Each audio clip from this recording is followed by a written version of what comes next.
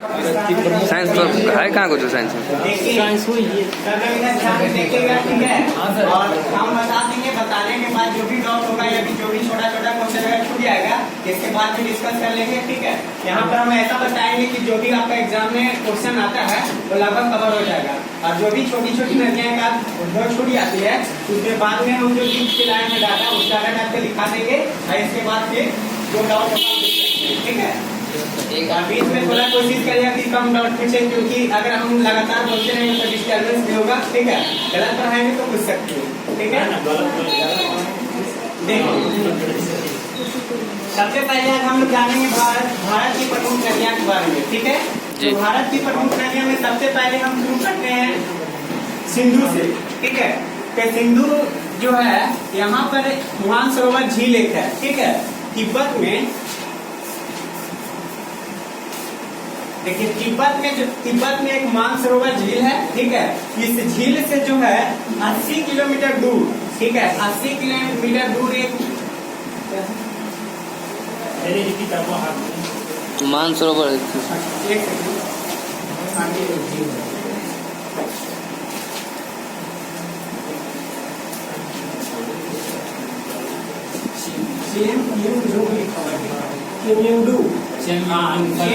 देखिए फिर से सुनिए, एक ही जो है से तिब्बत में एक स्थान है जो मानसरोवर झील वहाँ पर पाया जाता है। यहाँ से एक जो है से नदी निकलती है जो भारत की क्रॉस करती हुए, ये जो है से इस तरह उत्तर से निकलती है, भारत की क्रॉस करते हुए ये पाकिस्तान होते हुए इधर क्या अरब सागर में जाके गिर जाती है। ये क्या है? अरब सागर है, ठीक है। और इधर क्या है? बंगाल की खाड़ी है, ठीक है। ये कोई और नदी नहीं बल्कि ये सिंधु नदी है, ठीक है। ये कौन सी नदी है? सिंधु नदी है। इसका जो लंबाई है जो टोटल 2880 किलोमीटर है, ठीक है। 2880 किलोमीटर है, लेकिन भारत से इसका जो है ना, भारत का कुछ ही क्षेत्र 1100, भारत में इसका कितना 1114 किलोमीटर जो है भारत में बहती है, बाकी जो है पाकिस्तान में बहती है, ठीक है। यानी कि तिब्बत से एक नदी निकलती है जो मानसरोवर झील से 80 किलोमीटर दूर, ठीक है, चेम यूंग डुंग से ऐसे होते हुए उत्तर भारत से निकलकर पाकिस्तान होते हुए ये अरब सागर में जाके गिर जाती है, ठीक है। जो अरब सागर में गिर जाती है तो इसका प्रमुख सहायक नदी है, ठीक है। मतलब सिंधु का प्रमुख सहायक नदी है वो कौन कौन है से देख लेते हैं, ठीक है। ठीक है, झेलम है, झेलम, पारबो ना वीडियो से, चिनाब,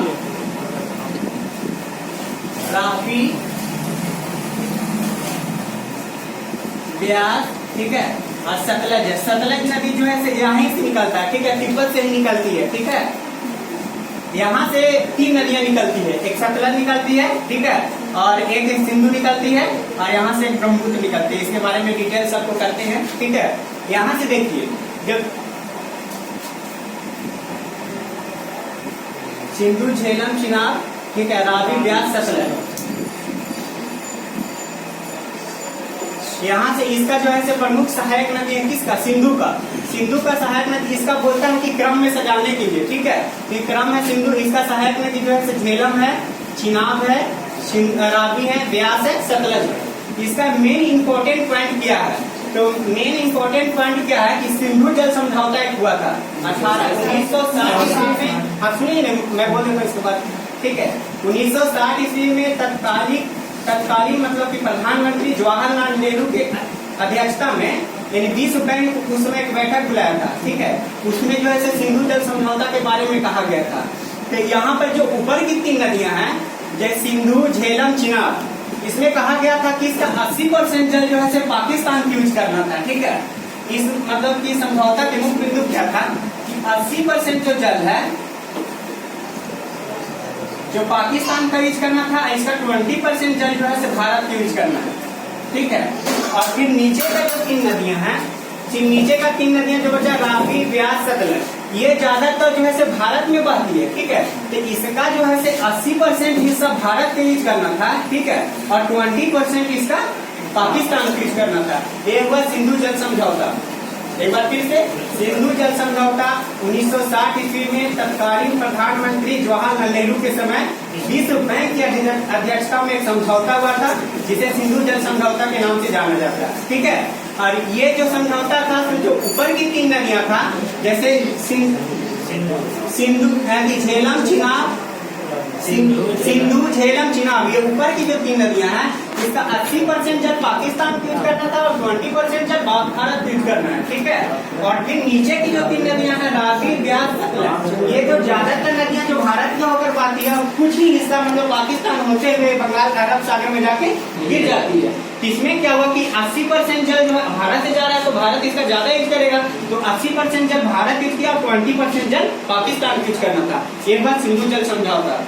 ठीक है, यहाँ तक क्लियर। अब देखिए, इसी का एक स्थान है यहाँ पे तिब्बत। ये सेम यही तिब्बत में मानसरोवर झील के 80 किलोमीटर दूर पे चेमयूंगडुंग, ठीक है, ये स्थान है। ऐसे होते हुए यह तिब्बत में जब आती है तो इसका सांको नाम हो जाता है। ठीक है, सांको नाम हो जाती है, और ये यहाँ से अरुणाचल प्रदेश में आते हुए असम में फिर प्रवेश करती है।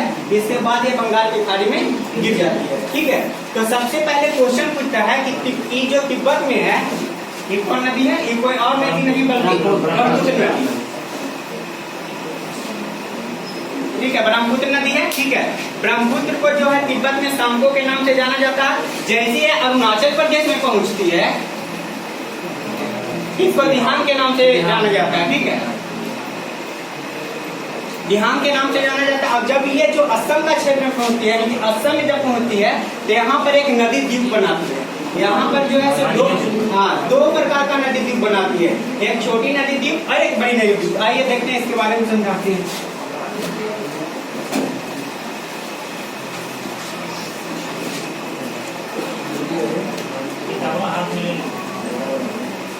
ठीक है, देखिए यहाँ पर जो है इससे यहाँ के बारे में समझा रहे हैं, यहाँ पे डाटा लिखते हैं। ठीक है, यहाँ पर जो है 2 प्रकार का ये जो द्वीप बनाई, एक बड़ा नदी द्वीप बनाती है, एक छोटा नदी द्वीप बनाती है। ठीक है, तो बड़ा जो नदी द्वीप बनाई वो विश्व का सबसे बड़ा नदी द्वीप है। ठीक है, जिसे हम लोग माजुली के नदी नाम से जानते हैं। ठीक है, माजुली नदी द्वीप हो गया। और एक छोटा नदी द्वीप है जिसको किस नाम से जानते हैं? उमानंदा।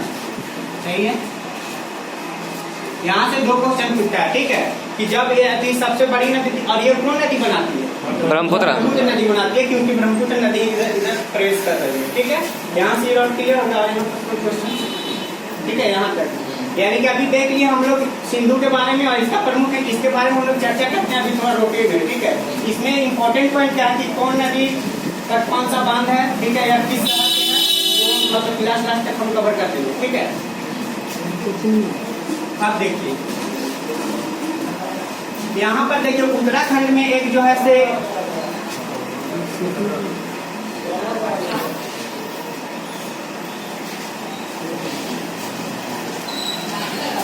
देखिए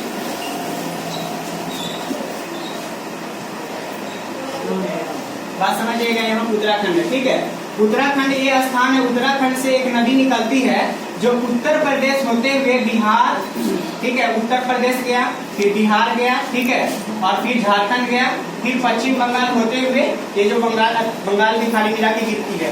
ये कोई और नदी नहीं बल्कि गंगा नदी है। ठीक है, गंगा नदी है जो उत्तराखंड के तवांग गांव से निकलती है। ठीक है, और ये यूपी, बिहार, ठीक है, एक छोटा सा एरिया जो है से झारखंड को कवर करता है। ठीक है, क्या? हाँ, छोटा सा एरिया झारखंड को कवर करते हुए, और ये जो है से फिर पश्चिम बंगाल में जाती है, और इसके बाद बंगाल की खाड़ी में जाके डूब जाती है। इसका जो है सबसे इम्पोर्टेंट एक और क्वेश्चन पूछता है कि यहीं से उत्तराखंड से ही एक और नदी निकलती है। ठीक है, जो यमुना नदी है। ठीक है, यमुना नदी यहीं से निकलती है, उत्तराखंड से ही। यमुना नदी उत्तराखंड से निकलती है, और ये जो है से आते आते यहाँ पे यूपी में, ठीक है, जब इलाहाबाद में, ठीक है, इलाहाबाद में आके जो है से ये कि गंगा से आके मिल जाती है। अब तक तो यहाँ पर एक 2 पॉइंट है। ठीक है, गंगा जो है से जब निकलती है उत्तराखंड में, उसको गंगा नाम नहीं पड़ता। अलकनंदा और भागीरथी जब मिलता है तब उसका नाम गंगा पड़ता है। ठीक है, कौन कौन नदी मिलता है तो पड़ता है? अलकनंदा और भागीरथी मिलने पर उसका नाम गंगा पड़ता है। और यहाँ पर एक क्वेश्चन जो पूछता है, यमुना नदी जो पूछता है ना कि गंगा का जो है से सबसे बड़ी सहायक नदी है। ठीक है, गंगा की सबसे बड़ी सहायक नदी है, यमुना हो गया, या भारत की भी पूछ देता तो यमुना ही मारेंगे। ठीक है, अब ये हम देख लेते हैं। अब देखिए यमुना की कौन कौन सहायक नदी है, तो थोड़ा देख लेते हैं। तो यमुना की सहायक नदी हो गया चंबल,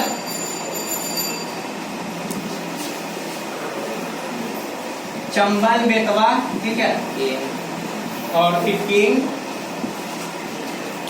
किंग ऐसे कुछ करके नाम है। ठीक है, ठीक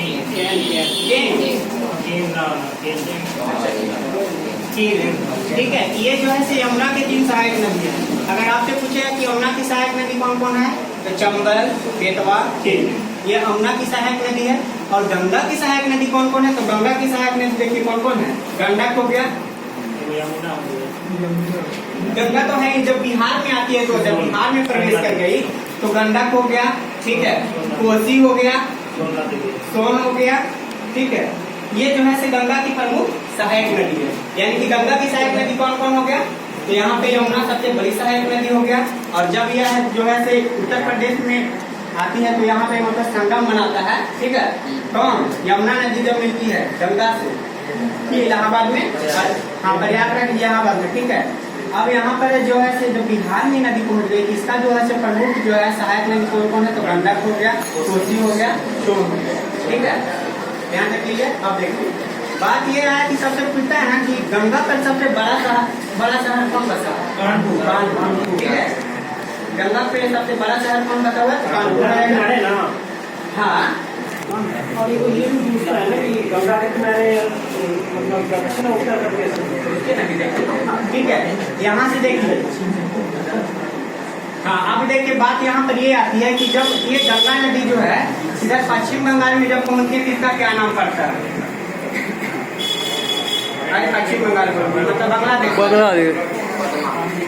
बांग्लादेश में गंगा नदी जब पहुंचती है इसका क्या नाम पड़ता है। गंगा नदी जब बांग्लादेश में पहुंचती है तो इसको पदमा के नाम से जाना जाता है। ठीक है, और ब्रह्मपुत्र नदी जब बांग्लादेश में पहुंचती है तो इसे जमुना के नाम से जाना जाता है। ठीक है, यमुना, जमुना,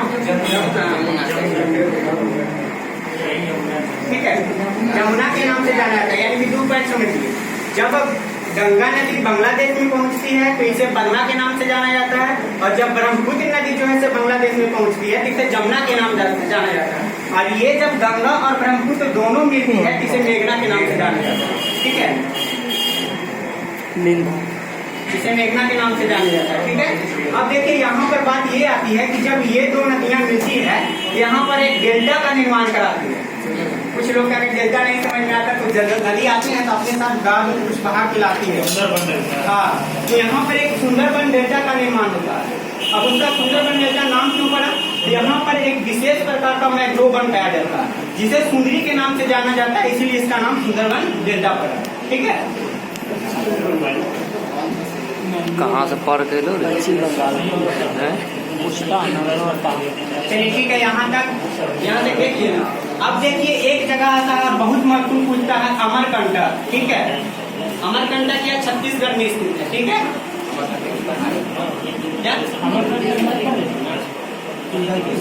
छत्तीसगढ़ देखिए अमरकंटक हो सकता है। जो मच्छर काट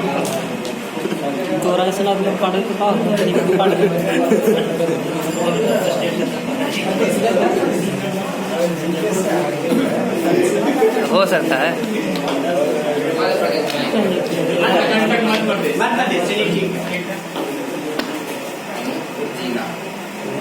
ठीक है, देखिए यहाँ से एक जो है से जगह अमरकंटक है जो मध्य प्रदेश में स्थित है। ठीक है, यहाँ से 3 नदियाँ 3 दिशा में निकलती है। क्वेश्चन पूछता है कि कौन सा ऐसा जगह है जहाँ से 3 नदियाँ 3 दिशाओं में निकलती है, तो अमरकंटक है। कौन कौन नदी है, तो एक यहाँ से निकलती है नर्मदा, जो इधर से बहते हुए यहाँ खंभात की खाड़ी, अगर ऑप्शन में रहेगा तो खंभात की खाड़ी, और नहीं रहा तो अरब सागर। ठीक है, अगर तो ये खंभात की खाड़ी मिला के गिरती है। हाँ ठीक है, खंभात की खाड़ी और ये खंभात की खाड़ी ऑप्शन में नहीं रहा तो अरब सागर टिकट करना है। इसके बाद जो है एक नदी यहाँ पे सबसे इम्पोर्टेंट क्वेश्चन पूछता है कि गंगा की वो सहायक नदी बताएं जो दक्षिण से जाके मिलती है। ठीक है, तो सोन नदी है। ठीक है, सोन नदी जो है दक्षिण से जाके गंगा की सहायक नदी बनती है।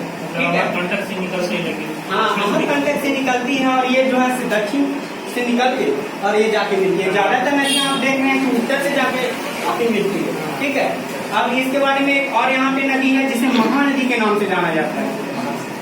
महानदी को हाँ, इसके सबसे इम्पोर्टेंट वही क्वेश्चन पूछता है कि हीराकुद बांध किस नदी पे है, तो महानदी पे है, उड़ीसा में है। ठीक है, यहाँ से अब देखिए बात ये आता है कि यहाँ से 3 नदी निकला। ठीक है, कौन? नर्मदा, सोन और महानदी। इधर सोन गया, इधर महानदी गया। अब देखिए यहाँ से ही एक और नदी निकलती है जिसे ताप्ती के नाम से जाना जाता है। नर्मदा और ताप्ती। नर्मदा आती यहाँ से अमरकंटक से कुछ लगता है और आगे से थोड़ा लेकिन निकलती है अमरकंटक से। ठीक है, अमरकंटक से ही कुछ मतलब कि इसके डिस्टेंस होगा, ऐसा देख लिया। ठीक है, अब देखिए बात यहाँ ये आती है कि यहाँ जो है से नर्मदा और ताप्ती दोनों जो है से क्या पश्चिम की ओर बहती है। ठीक है, क्वेश्चन पूछता है कि पश्चिम की ओर बहने वाला नदी का नाम पता है, नर्मदा और ताप्ती। यहाँ देखिए नर्मदा और ताप्ती के बीच एक सतपुरा की पहाड़ी है, तो क्वेश्चन पूछता है,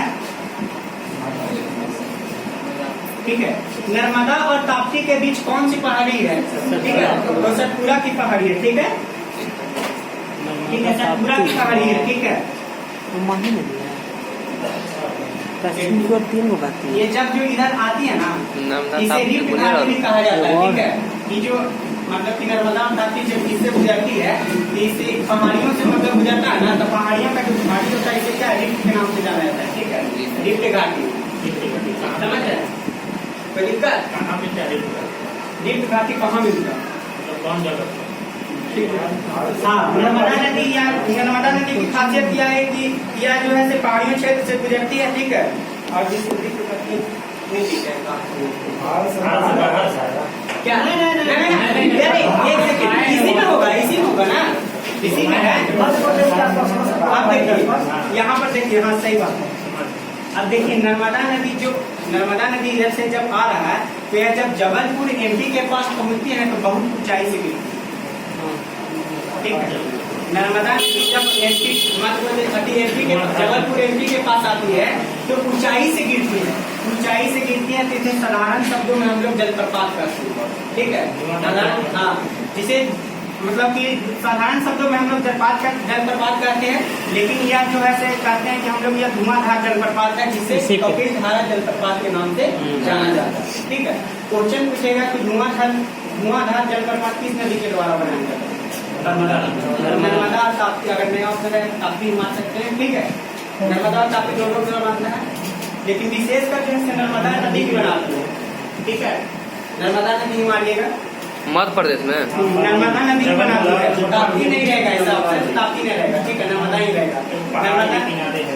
हाँ, देखिए ठीक से सुनिए, नर्मदा नदी जब जबलपुर एमपी के पास जाती है तो बहुत ऊंचाई से गिरती है, तो जिसे साधारण शब्दों में हम लोग जलप्रपात के नाम से जाना जाता है। और ठीक है, और इसको अगर मतलब और नाम बोले तो कपिलधारा जलप्रपात के नाम से भी जानते हैं। सबसे ऊंचा जलप्रपात ठीक है। कपिलधारा जलप्रपात। अब देखिए क्वेश्चन पूछता है, सबसे ऊंचा सबसे बड़ा ना। एक सेकंड देखिएगा ध्यान से। देखिए क्वेश्चन पूछता है कि कौन सा ऐसा नदी है जो डेल्टा नहीं बनाती? तो नर्मदा और ताप्ती है, तो क्या बनाती है? एस्च्यूरी करके नाम है। ठीक है, एस्च्यूरी बनाती है। एस्च्यूरी मतलब क्या? मच्छर काट तोड़ काट रहा बड्डी काटे थे। देखिए क्वेश्चन पूछेगा कि कौन सा ऐसा नदी है जो डेल्टा नहीं बनाती है, तो नर्मदा और ताप्ती मानिएगा। तो पूछेगा कि कोई क्या बनाती है, अगर मानिएगा अच्छा एस्च्यूरी का मतलब मुहाना होता है। ठीक है, जो मुहाना बनाती है क्या? नर्मदा ताप्ती माही।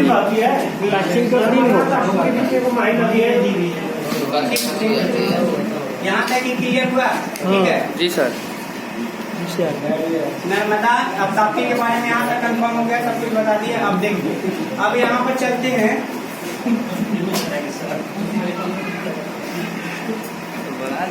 एक महाराष्ट्र, यहाँ पे महाराष्ट्र एक जगह है, ठीक है।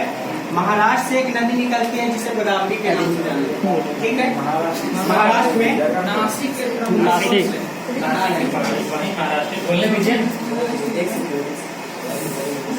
नासिक जिले के द्रवण गांव से, ठीक है, नासिक जिले के द्रवण गांव से एक नदी निकलती है जिसे गोदावरी के नाम से जाना जाता है। और ये गोदावरी इधर इस तरह से बहते हुए या बंगाल की खाड़ी में आके गिर जाती है, ठीक है। अब देखिए यहाँ जिस तरह से हम लोग उत्तर भारत में गंगा नदी को महत्व दिए हुए हैं, उसी प्रकार से दक्षिण भारत में गोदावरी का महत्व, ठीक है। ये गोदावरी को जो है से इसे वृद्ध गंगा के नाम से भी जाना जाता है, ठीक है। और इसका भी बहुत महत्व है, जैसे हम लोग गंगा का महत्व दिए हुए हैं, ठीक है। यहाँ पे से 2-3 किलोमीटर और है।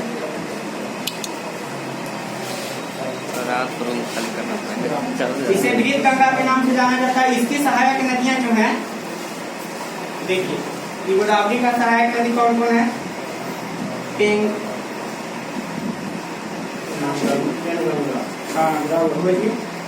गंगा है, ठीक है, पेन गंगा है, इंद्रावती है, और प्राणहिता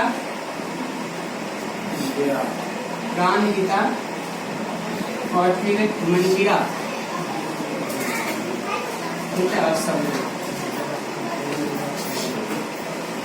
देखिए एक पॉइंट याद रखिए, यहाँ महाराष्ट्र है, महाराष्ट्र से एक नदी निकलती है जो गुजरात महाराष्ट्र के द्रवण गांव से निकलकर यह नदी जो है से इस तरह से बहती हुई और पश्चिम बंगाल में जाके बंगाल की खाड़ी में जाके गिर जाती है, ठीक है।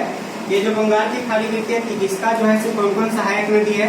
कि इसका सहायक नदी हुआ पेनगंगा, इंद्रावती, प्राणहिता, मंजीरा और सरयू, इसका प्रमुख सहायक नदी, ठीक है। इसे वृद्ध गंगा के नाम से जाना जाता है, ठीक है। दक्षिण भारत की गंगा दक्षिण भारत की गंगा कावेरी है। हाँ, दक्षिण की गंगा इसको बोला जाता है। दक्षिण भारत की गंगा कावेरी, दक्षिण भारत की गंगा बोलेंगे तो कावेरी, ठीक है। ये बता रहे हैं अलग अलग अलग अलग याद करा पड़ता ना। देखिए यहाँ पे ये हो गया, फोटो सब आ जाते हैं। देखिए कावेरी नदी है जो इसी के बगल में जो है, कावेरी नदी कर्नाटक के पूर्व में स्थित और ब्रह्मगिरी की पहाड़ी से निकलती है, ठीक है। ये कावेरी नदी जो है, कहाँ है कावेरी नदी? कर्नाटक के, ठीक है। कुछ तो क्या क्वेश्चन है?